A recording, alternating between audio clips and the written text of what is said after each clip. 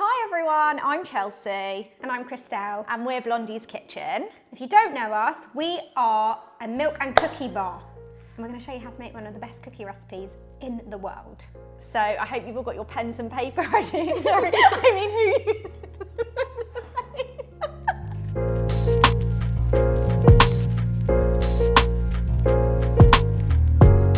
This is our triple chocolate cookie recipe. It's thick, it's ooey, it's gooey, and you're gonna want more. So, shall we start? We should start. Amazing. We're using a KitchenAid. If you don't have a tabletop mixer, you can use an electric hand whisk. We don't recommend doing this by hand because cookie dough can be a bit firm and you need serious muscles. However, if you do decide to do it by hand, send us a video because we'd love to know. But if you do it by hand, which you could, make sure your butter is soft because that will help a lot. So we're going straight into our mixer with 250 grams of unsalted butter, softened. Whack it in. And to that, we're adding 2 sugars. We have got 180 grams of light brown sugar and 180 grams of golden caster sugar. If you don't have golden, you can use regular caster. We always use golden. Why are you laughing at me? I know why you're laughing, because we've said this so many times. No, it's not that. People ask us all the time, and I know you're probably thinking it, why are you using 2 sugars? Like, what's the difference? Why are we using 2 sugars? Because this question gets asked us all the time, so. This definitely changes A, the flavour, and B, the texture of your cookie. Light brown soft sugar adds that chewy, caramelly deliciousness that you're looking for in a thicker style cookie. And the golden caster sugar gives all of its structure. So, you know, you want your round cookie to hold its shape and to taste like a cookie, and that's why you use the golden caster, but equally you can use white sugar if you prefer. Not granulated, always caster. So I'm going in with 180 grams of light brown and 180 golden caster. So you want to whack both sugars in together with your butter. And we're going to start creaming. And creaming literally means beating together until they're pale and fluffy, the butter and the sugars, and they look creamy. Creamy. So let's get beating on a medium-high speed.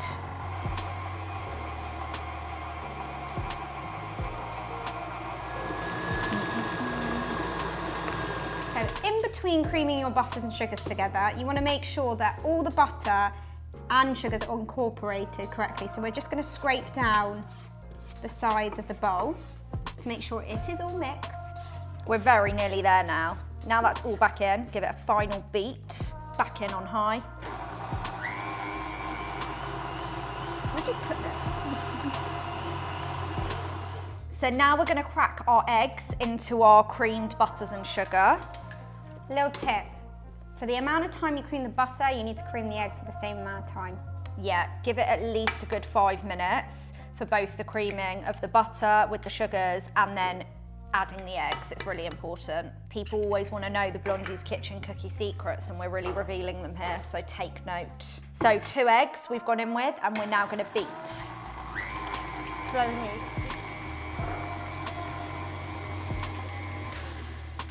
And we're just going to scrape down the bowl again.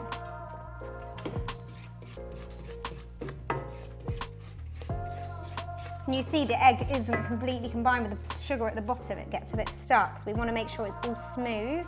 So now we can turn the speed up a bit higher to really get it going.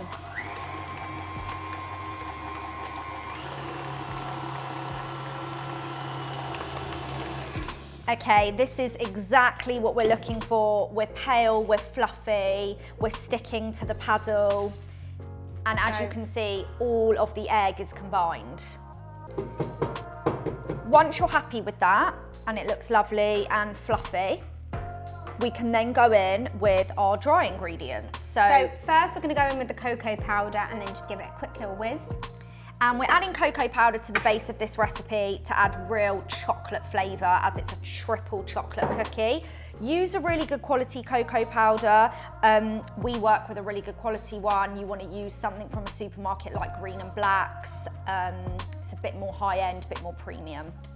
It also does change the texture of the cookie, doesn't it? When you add cocoa powder in, you're going to have a more fudgier texture than if you were just to use plain flour. Definitely.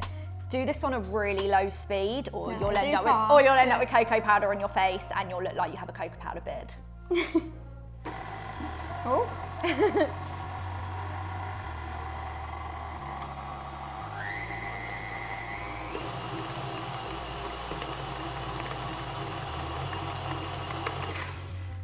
Now I'm back with my trusty scraper. I'm going to scrape down the bowl one more time. I know it's long, but I promise you. It's you worth can see it. here there's all bits of white, the butter and the sugars, and you want to make sure that they're all combined. This is an awkward angle. Will you mind doing it? Not at all. How many cookies do you reckon we've made? Is this recipe going to make you mean? how many in have our we- lives? In our lives, how many do you think we've made? We've made millions. Millions, but I think as a kid I was absolutely obsessed with cookies. Do you mind holding that? Thanks. So messy. Sorry, I think that was your fault. And now we're gonna, yes it was. No, it was not. Yes it was. And now we're gonna go back and we're gonna beat this together, and then we're gonna add the flour.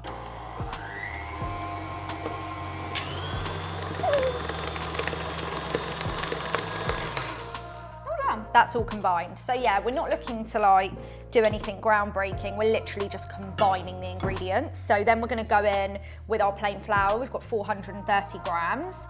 We use plain flour for this, and we're also gonna be adding a bit of baking powder. And then we're also going to add a pinch of salt. For the full recipe, guys, you can just click below and to make sure you see all the measurements properly. Perfect. Salty sweet balance is so important, and this is a really rich fudgy cookie, so make sure you add a generous pinch of salt in there. Oh God. And again, start beating this really slowly because it might puff up in your face.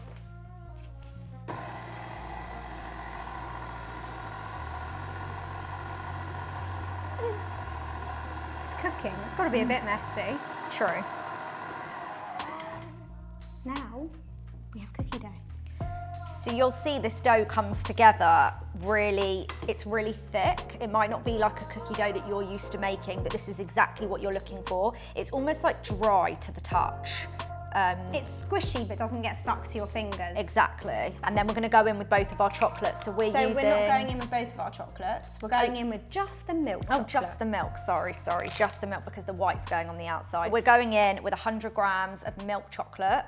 Now, as this is a triple chocolate cookie, we are adding milk chocolate, white chocolate, and we've got the cocoa powder in the base, giving that fudginess. And just finally beat this together so that it's nice and combined.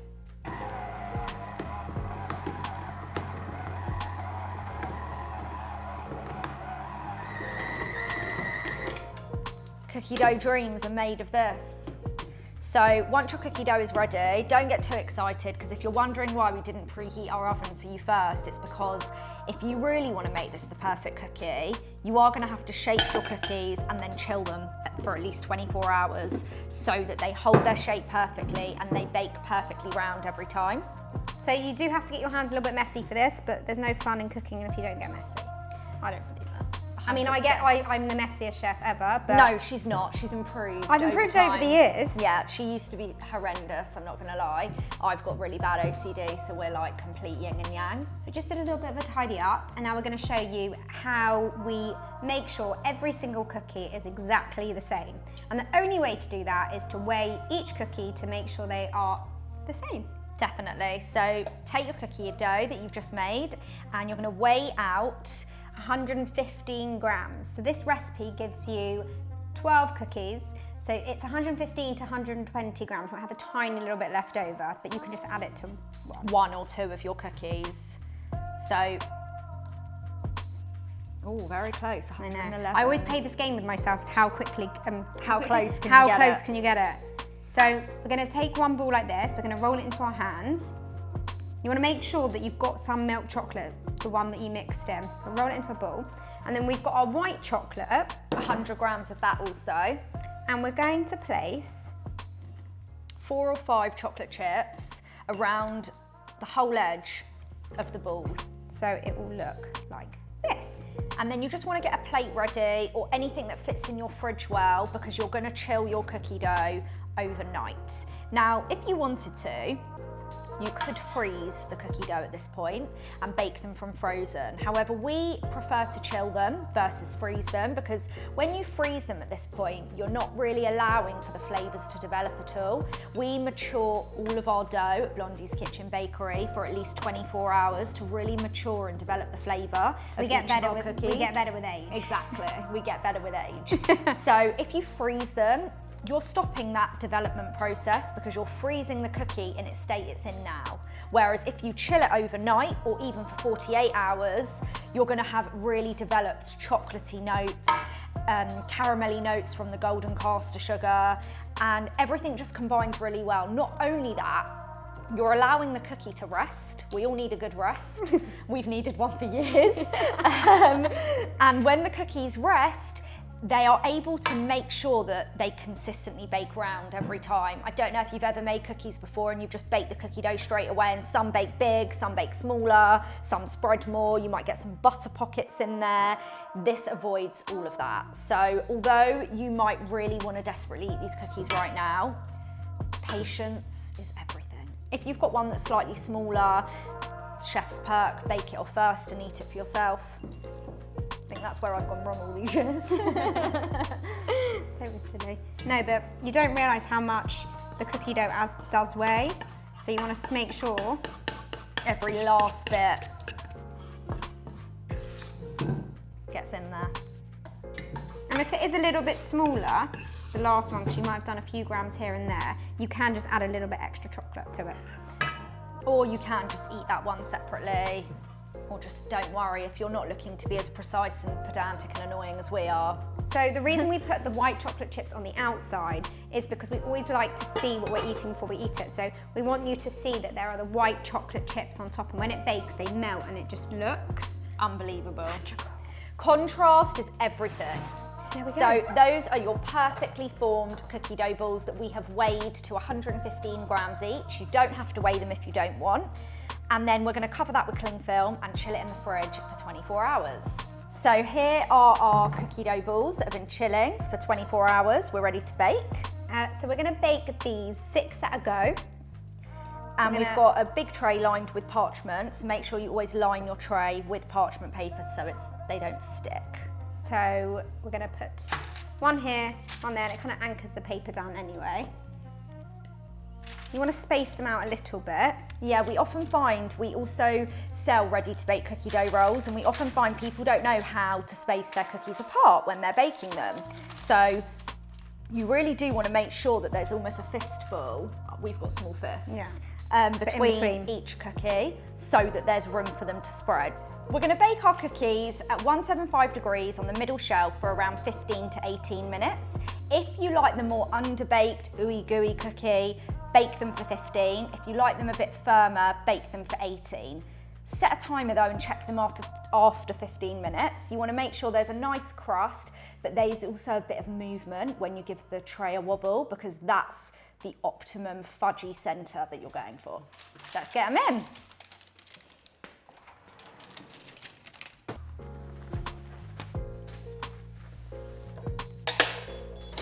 Wow. They look perfect. It's like that hallelujah moment. Exactly. So as we were saying before, with the fist in between the cookies, as you can see, they've all spread. And if you place them any closer together or place any more on this tray, they would have all got stuck together and ruined that beautiful effect. So with these ones, you want to let them cool for about 10 to 15 minutes before lifting off the tray, because they're still so hot. So hot and also a bit gooey, so you want them to set. And as you can see, we were looking for that crust to form on the top, so when you touch it, nothing obviously comes onto your finger, but you can see in the middle there are just the pockets that are slightly underbaked, and that's what we're going for. Like Christelle said, leave them to cool for around 15 minutes. They will still be melted and delicious when you break into them. That right now, they just plop onto a plate and would be like raw, wouldn't they? So really let their shape set and they'll be perfect. Thanks for watching, guys. And if you want to see any more recipes, please like and subscribe this video, and then we'll show you more. Thanks, guys.